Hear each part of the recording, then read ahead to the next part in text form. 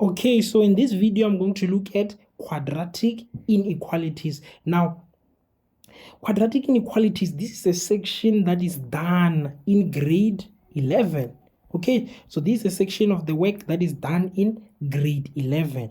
Okay, so this section of the work, you do it in grade 11, and then in matric, it's taken as a revision section. Okay, it's a section that it has already been covered in grade 11, but it forms part of mathematics paper 1 in grade 12. Okay, so it's not a section that grade 12s can say where it's a grade 11 section and then it's not going to come in grade 12. No, this is a section of the work that is actually examinable in grade 12 mathematics paper 1 at the end of the year, also in your trial examinations. Okay, but grade 12s have seen this section before because it's a grade 11 section of the work. Okay, so quadratic inequalities, as you can see from the heading there. Okay, that's what we are doing, quadratic inequalities. Now, when you look at this, we're looking at inequalities where the highest exponent, okay, the highest exponent, it's what is 2. So they are degree 2 inequalities. Okay, they are degree 2 inequalities that we'll be looking at. So looking at inequalities where the highest exponent is 2, meaning the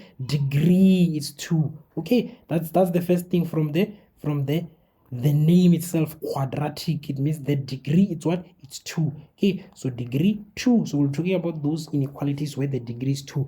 But you know that in grade 10, you did linear inequalities where the degree was 1. So now we are just extending the degree and say the inequalities are now quadratic. Okay, so they were dealing with quadratic inequalities. Okay, so when we're not looking at equations but inequalities. Okay, remember that there's a difference between an equation and an inequality. An equation, there are specific solutions that satisfy that equation. Okay, that satisfy the equation. Okay, it does not have an infinite or a range of solutions. Some equations here, they can have infinite solutions. They are those kind of equations, but most of the equations that you are used to, your quadratic equations, your cubic equations, your linear equations, they have got a specified number of solutions.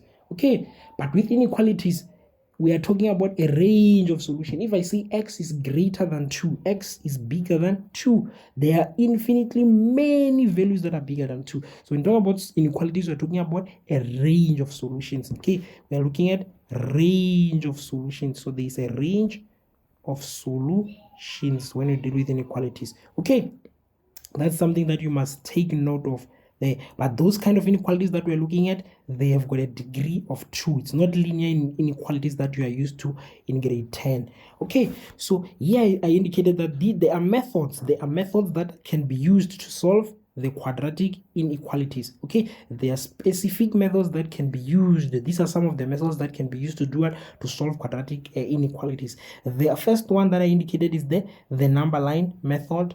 The second one is the graphical method, and then the third one is the table method. But in this video, specifically in this video, I'm only going to look at the number line method. The other ones, the graphical method as well as the table method, I'm not going to touch them in this video. Okay, I'm going to show you how do we apply the number line method to solve quadratic inequalities. Okay, it's quite an easy method to understand if you can follow through this video. Okay, so the number line method is the one, as I said, it's the one that I'm going to look at here. Okay, from here. So this is I'm going to look at the procedure of this, and then we are going to do some examples, okay, that I have prepared here.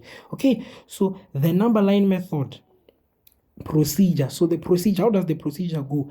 You have to remember we're looking at quadratic inequality, so you must make sure that the quadratic inequality is in standard form. What do we mean by standard form? Make sure that it's in this form: ax squared plus bx plus c.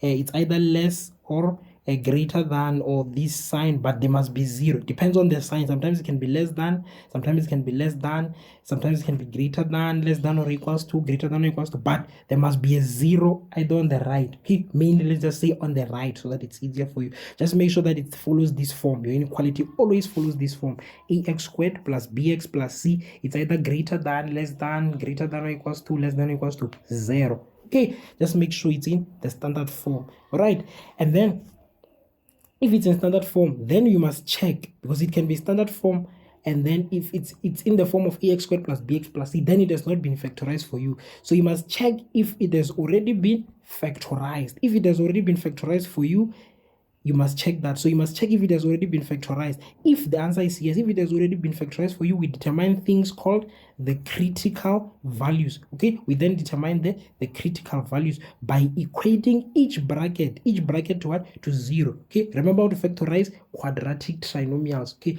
when you look at factorization, quadratic trinomials is going to come in handy here to understand how to factorize quadratic trinomials. Okay, if it has not been factorized for you, then you must then factorize the quadratic yourself and then determine the critical values. I'll show you with examples what the critical values actually are. Okay, after you get your critical values, you then do what? You draw a number line. You draw a number line and then you put those critical values there on the number line. You then put those critical values there. Okay, and remember, one thing to note is that the smaller critical value will always be on the left side on the number line, and the bigger critical value will be on the right side. That's something you must take note of. Okay, very important to do it like that. You can't have the bigger one be on the left and the smaller one on the right. Okay, very important there.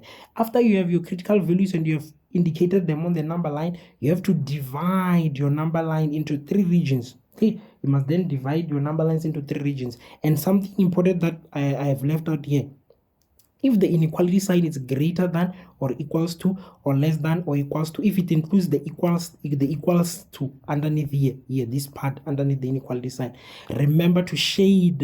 You must shade your CV, your critical values, when you indicate on the number line. Okay, when you indicate them on the number line, you have to shade only if it contains these signs underneath. But if it does not contain them, don't shade, use open circles. Okay, then we then say, after you divide your inequalities into 3 regions, you're going to have 3 regions in your inequality. There is going to be region 1, which is all the values, the region that is to the left of the smaller critical value. So it indicates all the values that are to the left of the smaller critical value.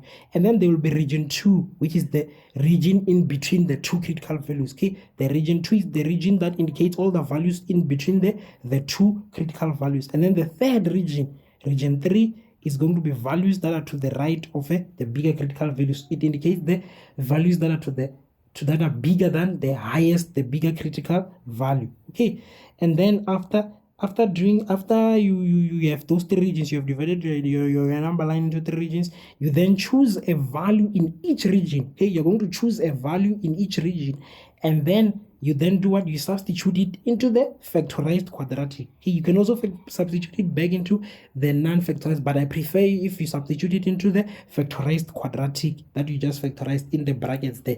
And then you determine what? The sign. The sign is the most important thing that you must determine. You then determine the sign in each region. Okay, you then put signs in each region. Okay, after that, the last step is that you just write down the solution of the region that then satisfy the original problem. You look, if the original problem had less than, you then go and write the solution to a region where you got a negative sign.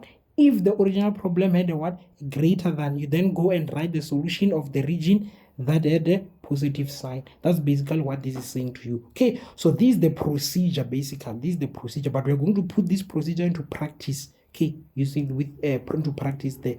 Okay, and one thing to note here, is that whenever you multiply or you divide an inequality by a negative sign, the inequality must change direction. If it was pointing that way, it must now become this way. Okay, that's very important. You looked at this principle in grade 10. Okay, when you multiply or divide an inequality by a negative sign, the inequality must change the direction. Okay, so that's basically the procedure. And then in the next video, I'm just going to look at what the examples of these quadratic inequalities, the procedure. I'm going to apply this procedure into the actual problems. Okay, thank you.